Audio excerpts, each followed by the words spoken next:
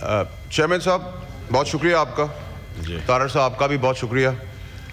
میں توجہ دلانا چاہتا ہوں چیئرمین صاحب آپ کی اور اس ایوان کی. کن کا شکریہ ادا کر دیں جی؟ نو کراس کوشچن آرڈر ان دا ان کا بھی کر دیں گے. جی فیصل واڈا صاحب آپ چیئرمین صاحب جی آپ بات کریں. میری گزارش یہ چیئرمین صاحب کہ یہ ایک مدعا ایشو اٹھا ہوا تھا اور کیونکہ ہمارے وہاں ایک روایت ہے تو میں طارق صاحب کی توجہ بھی چاہوں گا کہ ہماری ایف بی آر کی ایک ٹرانزیکشن آئی جس کے اندر 1010 گاڑیاں خریدنے کی بات کی گئی. چلے جی بات کر لی, کوئی مسئلہ نہیں تھا. پرابلم یہاں سے شروع ہوئی ہے جب ان گاڑیوں کے اوپر 384 بلین ریکور نہیں ہوئے ابھی تک, جو ہدف تھا ایف بی آر کا. ایف بی آر کا ہدف 384 ارب نہیں پورا ہوا.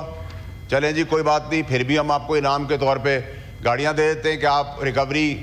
اس کے بعد ہم نے ان کو ریکویسٹ کی منسٹرز کو یہ ایشو ٹیک اپ کرنے سے پہلے کہ یہ مسئلہ اس کے اندر اور بہت ساری irregularities کا ہے, ان کو ذرا دیکھ لیں. انہوں نے کہا نہیں جی ہم تو مجبور ہیں, آپ کہیں گے تو میں نام بھی لے لوں گا ایوان کے اندر, مجھے کوئی اعتراض نہیں ہے. اس کے بعد یہ کہانی اور آگے بڑھی. جب آگے بڑھی تو اس پورے پروسیجر کے اندر کوئی اخبار میں ایڈورٹیزمنٹ نہیں آئی اس ٹینڈر کی کہ یہ گاڑیاں اتنی لی جائیں گی یا اس کمپنی کو دی جائیں گی یا کیا ہوگا. اس پورے پروسیجر کے اندر اخبار میں ایڈورٹیزمنٹ نہیں آئی. اچھا جی نہیں آئی. پھر ہمارے اوپر الزام لگا دیا گیا کہ فائنانس کمیٹی جو ہے وہ انفلوئنس ہو گئی. ایک تو مجھے سمجھ نہیں آیا کہ وزیر دفاع جو ہیں وہ وزیر فائنانس کی بات کو لے کر چل رہے ہیں, تو مجھے نہیں پتا کہ وزیر دفاع کے اندر فائنانس آتی ہے, وزیر فائنانس کے اندر وزیر دفاع آتی ہے, وزارتیں کس کی کیا ہیں ہمیں نہیں پتا, لیکن چلیں ان کا رائٹ ہے پالیٹکس کرنے کا, وہ پالیٹکس کر رہے ہیں. ڈیفنس منسٹر صاحب نے کہا کہ جی ایک کمیٹی کے اندر لوگ انفلوئنس ہو گئے ہیں. چلے جی مجھ پہ تو الزام لگ گیا, کوئی مسئلہ نہیں ہے. سلیم مانڈی والا صاحب جو چیئرمین اس کمیٹی کے, پیپلز پارٹی اس کی الائز ہے, ان پہ بھی آپ نے الزام لگا دیا کہ ہم انفلوئنس ہو گئے. اوکے جی, آپ کی اپنی نون لیگ کے لوگ اس کمیٹی کے اندر بیٹھے ہوئے ہیں جو لبیک کہہ رہے ہیں اس چیز کو کہ بالکل ہم ٹھیک کام کر رہے ہیں, وہ بھی انفلوئنس ہو گئے.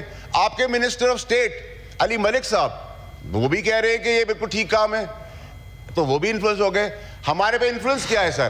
ہم پہ الزام یہ آ رہا ہے کہ ہم وہ انفلوئنس ہو گئے ہیں کہ ہم پاکستان کے ایکس چیکر کو کروڑوں روپے کا فائدہ پہنچا رہے ہیں. اچھی معیاری چیز کو کہہ رہے ہیں اچھے دام لے لو. یہ پاکستان کی پہلی چوری ہے. یہ چوری آج تک پہلے سنی نہیں. وزیر دفاع صاحب کس کا دفاع کر رہے ہیں, میں اس کو بھی سیاست میں کلیئر کرنا چاہتا ہوں.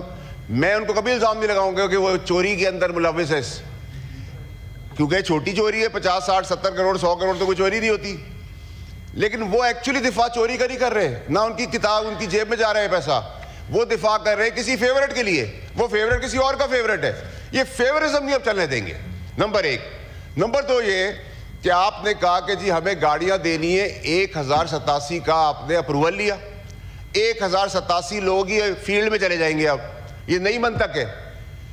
20 گریڈ اینڈ آنورڈز گاڑیوں کی ایلوکیشنز ہو سکتی ہے, لیکن 16 سے 20 تک تو ہم نے 19 تک نہیں سنی. چلے جی یہ بھی آج آپ نے اٹھا لیا مدعا کہ چلے جی جاگیر ہے, چلاتے ہیں اپنی مرضی سے.